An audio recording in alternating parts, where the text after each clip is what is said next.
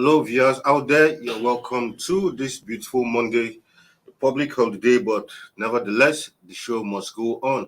You're welcome to Sports Orbit, reaching you from Leadership TV. My name is Afacho, and Salifu is here with me on this beautiful Monday evening. Salifu, welcome to Sports Orbit.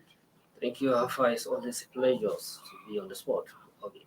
All right, on this edition of Sports Orbit, we'll begin straight from the home front, and that's talking about the CAF Confederations Cup and the CAF Champions League, where Nigerian flag bearers, talking about Rivers United, Plateau United, and Kwara United, all recorded very important wins to keep their hope alive and stand a chance of qualifying for the group stages.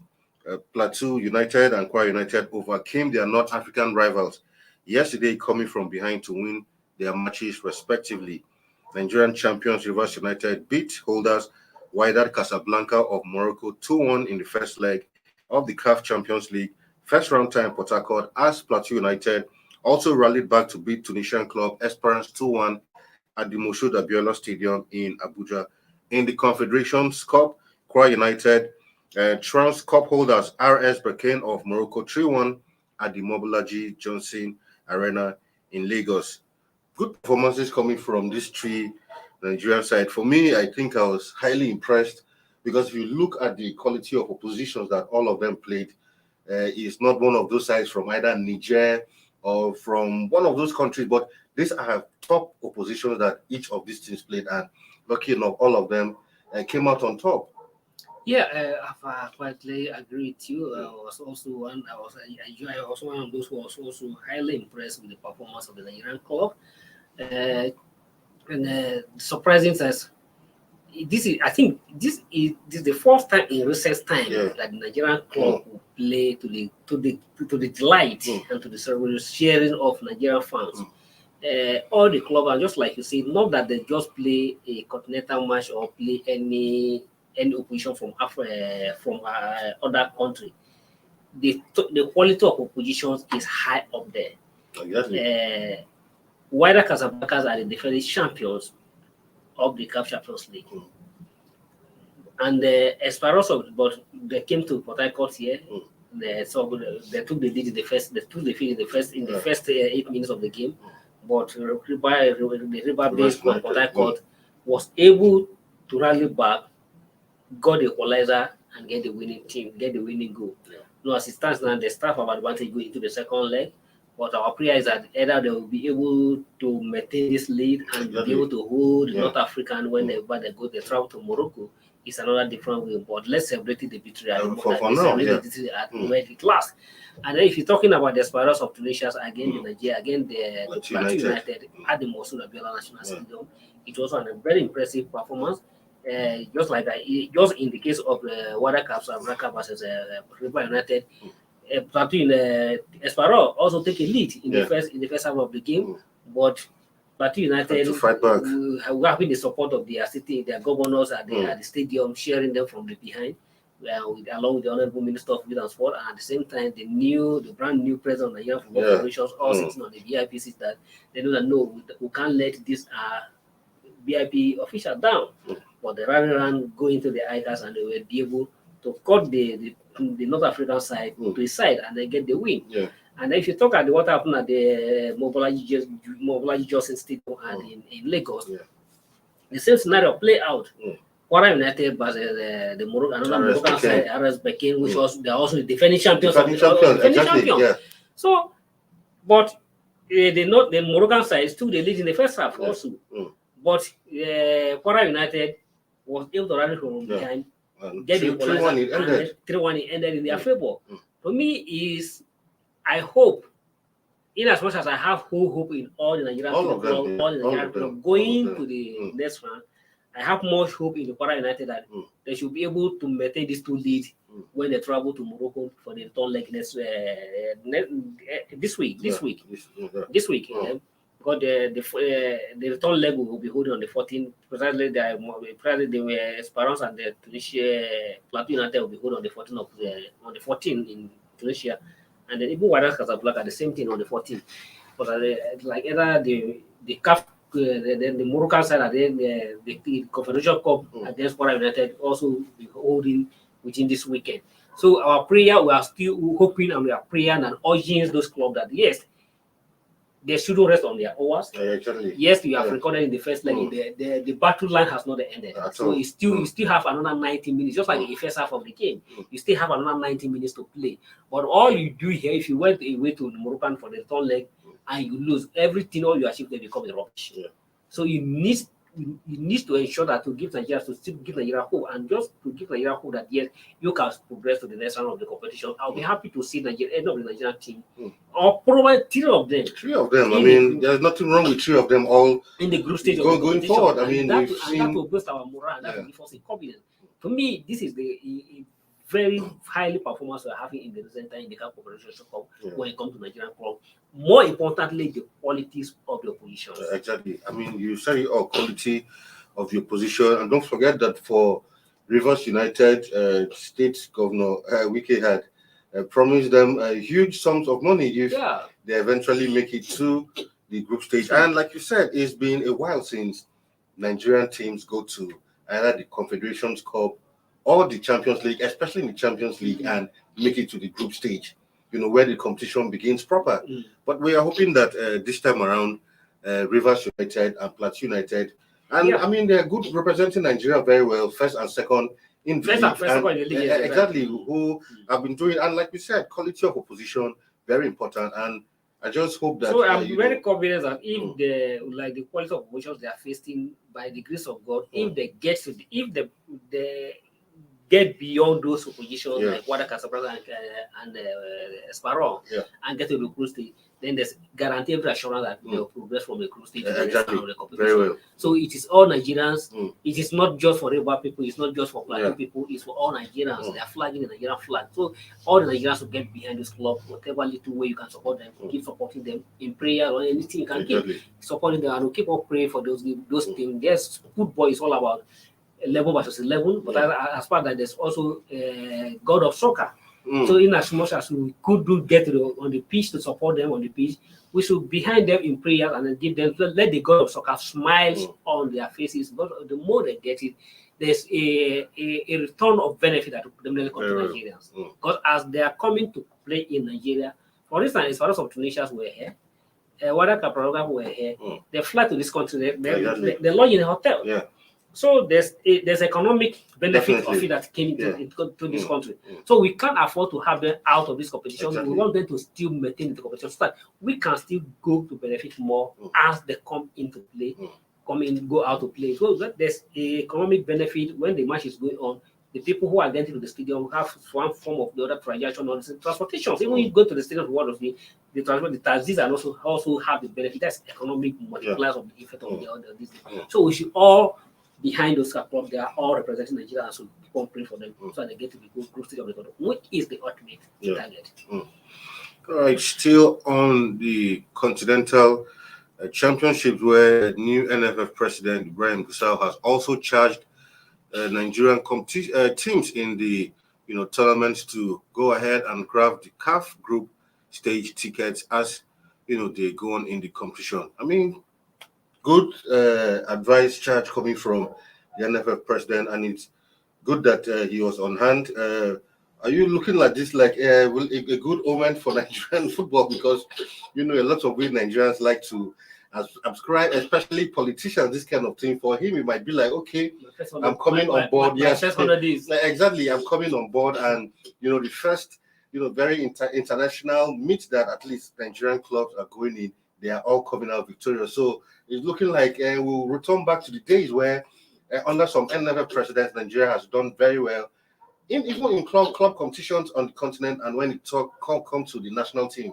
Yeah, after you have other scenarios, I think, to some extent, in as much as one can quickly say that Ibrahim Gusau may not have any direct contributions to the end of those clubs for their performance on the pitch or for their either on the pitch or behind. But it is also so that sometimes they say when a good leader is in the throne, the followers smile, and then definitely everyone has his own element of love. So if you say that Gusau may bring in some sign of love to our football, I'll begin to agree with you because he just came here and this is his first official assignment. Very well. And the first official assignment at the stadium, all the Nigerian club for the first time in recent time, all the three clubs, I can be proved wrong, but to me, this is the first time we are having all the three clubs. Remember what happened last season where almost in the first prelim stage, everybody. But for the first time in the free series of Nigeria, I can go back and check your record and anything and prove me wrong. But in recent time, this is the first time we are having all the Nigerian clubs recorded victory, we signed victory in the match, and not just a victory against a very tough opposition. And if you say Guso may bring some love, I wouldn't disagree. But I would hope that the Guso era will be a turning point in our football. Very well, absolutely agree. And also, this is the first time since he emerged as the president. There's sometimes people try to find issue when there's no necessary issues. Since his emergence as president of the Nigerian Federation, we are here to see congratulatory message from the Minister of Youth and Sport, from the Minister of Youth and Sport. But that's true. I didn't even take note of that. But yesterday they come face in face, and as you can see them on the screen, this is the first time they are meeting after his emergence as the president. People will say that he was never the candidate of minister, but sometimes people trying to pick point where there's no. But minister came out even before the election. He has no candidate. Exactly. He's a fatherly role, and he just allowed let the election be played on a neutral ground, let the best win, and that is why he hands off his hand completely that he don't want to, and he didn't intervene. He allowed the election to flow, but people are now beginning to speculate that because his candidate will not emerge. It doesn't make any sense. As for me, in as much I'm not speaking for that all he believe that Guso will Nigeria football win. Definitely. He must not be anybody who he doesn't have any preferred candidate. All he wants is the development of football, and the stakeholder for Nigeria football have chosen the one, and I think he has agreed with that. He does. I don't know why people are like he must come out to congratulations or no congratulations. He doesn't necessarily. But as far as he has not come out to disapprove his election or to discredit his election, it's so that he has accepted him wholeheartedly.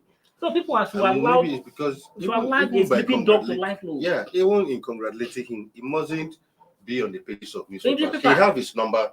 I mean, it's like me and you here. Something happens to you, I can pick up the phone and call you. Or send you a text message. I mustn't play to the gallery by going to the media to say. So he would have done those things privately. So it's not everything that you bring it out in the media. So that people try to create issues when they are known. So if you allow, but one thing that is, some people also agree that all I know that Gushu is a very gentleman and he understands the issue. He's a very gentleman from the North African side and from northern Nigerians who are always respectful of their leaders. And I believe that he has full respect for the office of the minister. And he doesn't mean that he must come to the world to go and because he has a full respect for the office of the minister. And I see these two people working seamlessly without any issues. People should just allow peace to reign. You must not create issues. Gushu has a mind, and that he allowed Gushu to just be and let him walk his own time and the way he wanted to walk. All right. I mean, you have that admonition, allow him to do his job. There is no cause for alarm. There's no acrimony between the new NFF president and the Minister of Sport. We'll go on a short break, and when we come back, Sport Orbit continues. Don't go nowhere.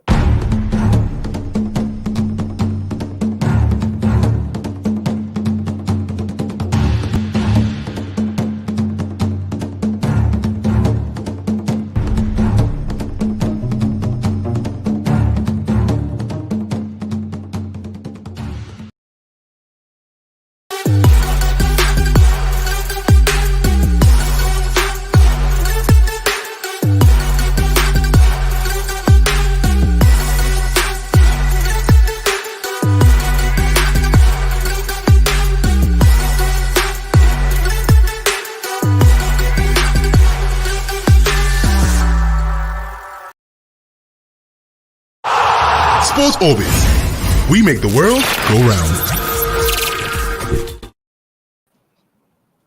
All right, welcome back from that break. Still Sports Orbit from Leadership TV. On to our next story, where in preparation for the 2023 African Under-23 Cup of Nations qualifying fixture against Tanzania this month, the Nigerian Under-23 team, popularly called the Olympic Eagles, have begun camping in Ibadan.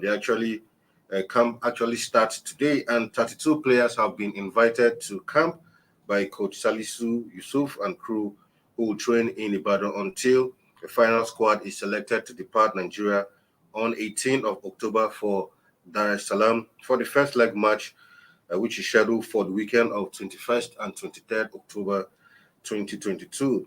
The team will return to Ibadan to prepare for the return leg match that will hold at the Lakon Salami Stadium.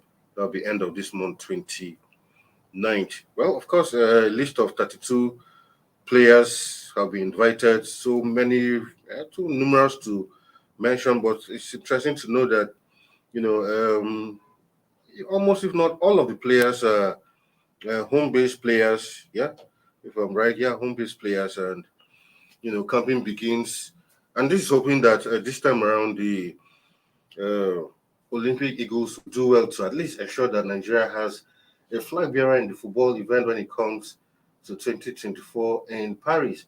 And until this list came out, I had even completely, totally forgotten that Salisu Yusuf was even the coach of the under 23 Eagles. And some people were even beginning to say that they hope with the coming on board of a new board that some things will change. I think Coach Salisu is in charge of too many things, if you ask me. I agree with you, but it's just definitely I still hope that we are going to see a lot of things changing very soon. But we should not need to rush. Yeah, I You agree. need to study the situation. Although he has a part of the system, but he is now in charge. You need to take the system and don't take it. When you are rushed to take a decision, you are about to make a mistake. I think you should allow him to take his time. But talking about Salisu Yusuf, just like you say, he has more things in his hand, and more importantly, because none of all the job he has in his hand, not one he has done perfectly well. That's what I'm saying. And if you look at now, the invitations of 32 players for a competition that will happen this month, is the same coach that handled the Sun Eagles. Exactly. When failed to qualify the Sun Eagles, who lost the match again, lost to Ghana. Okay, you went to the Ghana, you lost the match in Ghana, but in Abuja here you play fantastic ball, which everybody admire. The same squad, that should be, if a serious coach should know that, okay, what you play in Ghana and the bulk of that squad should be able to give you an idea of what to do and just move it. Why still throwing the cap still open? Where most of the players you are still within the age range that you can still Olympic qualifier. Why still throwing the gap open for this qualifier? So I don't really know. You are happy, and sometimes the way that Nigerian coaches behave gives one something to worry so much. And the timing of this, the time for this campaign is too short. It's short. And you are not going just for a one leg match. You are going for a whole tournament. A whole tournament to qualify. We are going to play not less about 5 to 6 matches to qualify, and we are just preparing now for the competition. And we are just going to go and camp in Ibadan. What the competition will take place where? Yeah, I mean the first leg will hold this weekend. Well, of course, the next leg will be holding on end of this month. 21st to 23rd. That's the first games, while the last will be with the 29th of October. And today is what I mean. So you just have a few days in camp, and the league, 2 weeks. And these are all home-based players. And considering that the league has been off, so you should expect that these players should have been in camp maybe like 2 weeks earlier. If that the league was on, it's a different thing. But all of them have just been at home resting. So why not set up camp a lot earlier than now? Well, which Salisu Yusuf and his team well. Yeah. That's that. And we too some League One news where Super Eagles forward Terry Murphy scored a brace to help Lorient beat Brest 2-1 in League One yesterday and joined PSG duo of Kylian Mbappe and Neymar Jr. as top scorers in the French League On. The hosts took the lead through Roman Del Castillo on 17 minutes before Murphy equalized for Lorient 7 minutes later, with Laurent Abadjel providing the assist. The 23-year-old fired home the winning goal 53 minutes later to move his side to the second position on the log with 25 points at its stand. Lorient has stretched its winning streak to 6 games to trail leaders Paris Saint-Germain by a point. And this is Murphy's 8th league goal of the season, and he's tied with the likes of Kylian Mbappe, Neymar as top strikers. I mean, I can say he's currently in good company. Yeah. I mean, to be at par with likes of Mbappe and Neymar in the French League. Oh, yeah, that is good one. And Yeah. you look at Murphy, it's not just play. Even at the national team, whenever he comes, trying to show that yes, exactly. I'm proud that we have. I'm proud that he's super good players. He's a joint top scorers in the French league, Exactly. and long like a player like Mbappe and Neymar. Wish him this form he's enjoying at the moment. And just hope he continues. Continue to maintain this form, and at certain time, anytime he come back to play Nigeria. Replicate the same form he's enjoying at his club. For Laurent, he called like Laurent to be second on the log, just to show that how fantastic he has been contribution to the team. All right, away from that now to some foreign news where the draws for the Germany 2024 European Championship is out, and once again Italy will be confronting England once again. This time around, they are staying group. Don't forget that even in the UEFA Nations League, they're also in the same group, and this time again, they are also paired in the same group. If my producer has that, we'll quickly take a look at that. And yeah, exactly. And draws for that have been completed. They're actually in Group C, while for the likes of Group A, the likes of Scotland, Spain, Norway, Georgia, Cyprus in that one.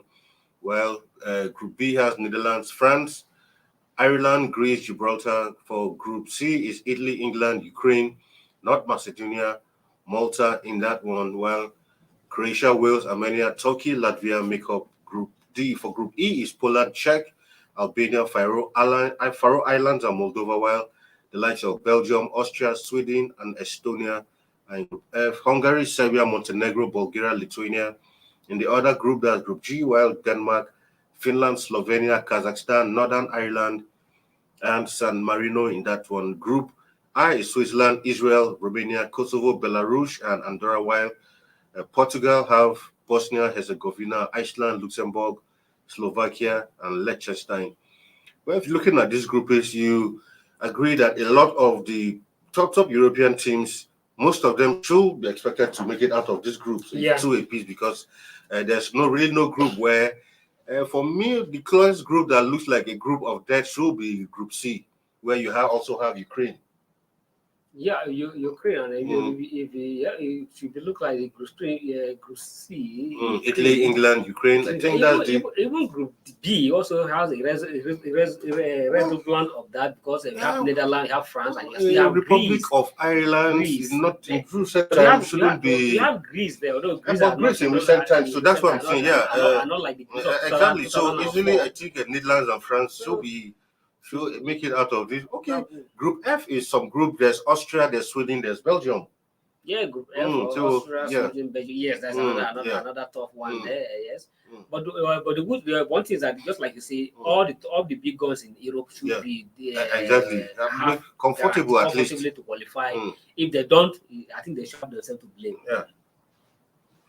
All right, so that's that for the draws for Euro 2024. Away from that now, we'll go straight to some EPL results of matches that we played during this weekend. Of course, Arsenal returned to the top of the log after that massive encounter against Liverpool yesterday at the Emirates. For Man City, I mean, no surprises, continue from where they stopped in that one. Results, where they stopped, was a thrilling victory over Southampton in that one, 4-0. At the point, it was looking like Haaland was not going to get a goal in that one, but he eventually got on the score sheet. But credit to Southampton, they did well to keep him very quiet, and he actually had to walk this time around for the goal. He wasn't giving a free, he wasn't moving around, but they really kept him quiet for a while until a moment of concentration, lack of concentration. They get tired of him. Not tired, just one of those things that happen in football. But 4-0 for Man City was then. Of course, Chelsea for Potter looks like so far so good. Still enjoying the new coach bounce, if you ask me. 3-0 against Wolves. Well, for Leicester, against all odds, people had thought that Leicester will return back to winning ways after their last victory. But once again, it was 2-1. They fell to Bournemouth in that one. While for Brighton, a very tight game, but Tottenham got 1-0 winners in that one. For Crystal Palace, Patrick Vieira doing very well. He had fourth match against Leeds United, where Leeds took the lead, but Crystal Palace came back nicely to win that 1-2. For West Ham in a London derby, yes, Fulham started brightly, but West Ham came back to win that one. Then for the last game yesterday, it was United who had to come from behind to cancel out Alex Iwobi's brilliant goal to end that one 2-1. Then, of course, like we said, Arsenal-Liverpool 3-2. It ended in that one. Yeah, fantastic game at the weekend and very interesting. And I think all the fans at the weekend, I think they get what they actually get. They get what they want. At least all the top 6 sides recorded a victory. Yeah, all the top 6 except Liverpool. Okay, well, Liverpool. That means we are talking about the traditional top 6. Yeah, sure. Even Liverpool is I mean traditional. But if you look at the, just like you see, Chelsea is like Chelsea, the new marriage is still sweeting, and Potter is doing well. He begin to look like either is the man for the job, but we hope so, and wish him and his new club and his club well, and let the Chelsea fans continue to enjoy at the moment. But definitely, it will one day come to an end. Like you say, jungle will slowly mature. Yeah, slowly mature. But I think Potter has begun to prove some data wrong, and he's doing a fantastic job there at Stamford Bridge. For Ronaldo yesterday, it was a remarkable outing for Ronaldo yesterday, scoring a 700 career goal, fantastic goal, and credit to him. I think either you like it or either you like Ronaldo or not, you have to give him a thumbs up because he has given the name of football something to remember for. It's very rare to have a player like Ronaldo who have stayed. Have a player like Ronaldo have stayed at the top for a very long time. About 15 years. For a single player to score 700 goal career goal, it is amazing. Yeah, the last time we were hearing those things were in the days of Pele, where records were not properly kept. But in this time and era, all records are properly kept. So it's something we witnessed in our lifetime. For a single player, exactly. When some players can even score a career goal of 30 goals, of course. And you see one player scoring 700 career goals. But can he make it up to 800 goals? Well, that is left to be seen. If he keeps playing, that's another 100 goals. That's another 100 goals. That's another 100 goals. Well, we'll see about that. Say congratulations to Ronaldo. To him. I mean, but the man at Man U, we see that we Ronaldo making another new record of 700 goals. With that, now the goal can still now begin to flow from Ronaldo end for Man U. Yeah, sometimes it's like that in football for strikers, especially. Sometimes you go on a goal drought. But once you score your first goal, sometimes the confidence is back, and you start scoring. Our own African man, Mohamed Salah, is suffering at the moment, very terribly. And his bad form is actually affecting Liverpool at the moment. Very well. Now this club has come out to say that Liverpool is not in the race for a title, and it's not too early to say that you are not in the race for a title. It's too early. Klopp is fond of saying these things. He's someone who knows how to play mind games. This is just 9 exactly for him.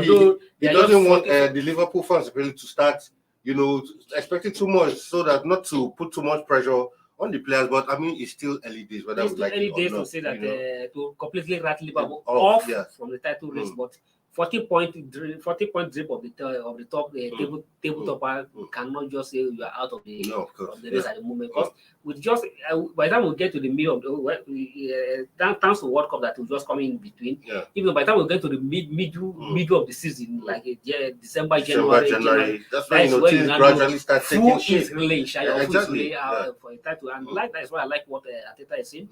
Is that it's still early to talk about the title because some people some journalists have begun to see Arsenal as a candidate for the league title, but it's good that you are playing all those things down. But whatever, Arsenal is in the to some extent you see that in the form of their life at the moment. But then you can't see that Arsenal is a candidate for a title at the moment. But you have to allow. You can now begin to think if Arsenal is either a title for a candidate for the league title when we cross 20. When you cross the 20 game, you now begin to hope either this team can challenge for a title or not. Even though yes, by the time you get to 20, over to you play 20 games, you now begin to dream. You can start dreaming gradually. Or hoping for because even by 20 games, you still have about 18 games. It's just a half marathon. You're still Exactly. in the middle of the marathon. So it's quite a lot of games. But if you are there, you now begin to see what we have done so far and see. Maybe we can say maybe what scenario will end up in the top four. In the top four. So at least it's good that Arteta is playing down. But Arsenal fans, whatever you are dreaming, just comfort yourself that Arsenal is doing well at the moment. Just comfort yourself with that. And just pray that by the end of the season, maybe Arsenal will just finish within the top four. Just aim, if you are thinking of say Arsenal win the title, well, it's not unachievable. It's possible, but it's too early to begin to dream of that now. But if the only team I can talk of say they are sure talking of a title is Man City. No, very well. I mean, with the way they are playing, the way Man City is playing, Man City is a sure candidate for a title. That is the only club I can talk say they are ready to compete for a title at the moment. But any other club, I can't talk of it by now. All right, quickly round up of the top 6. Arsenal still on top of the table, 24 points from 9 matches. Man City, 23 points, 9 matches. Spurs third place, 9 points. 20 points from 9 matches, while Chelsea haven't played a 1 match lesser. Fourth, while United are 5th, and Newcastle make up the top 6 as it stands. Well, with that, we draw the curtain on today's episode of Sports Update. Don't forget the final match for this week. Matches of EPL will play tonight between Nottingham Forest. Should be in action tonight. Anyway, we'll keep an eye on that one also. Salifo, thank you for being in the studio on this Monday edition of Sports Orbit. Thank you. All right, tomorrow is another day. We'll come back bigger, better, and stronger. Stay safe out there. My name is Afa Acho, and it's bye for now. Thank you for watching. For sponsorship and advert placements, please contact 080-3688-6158.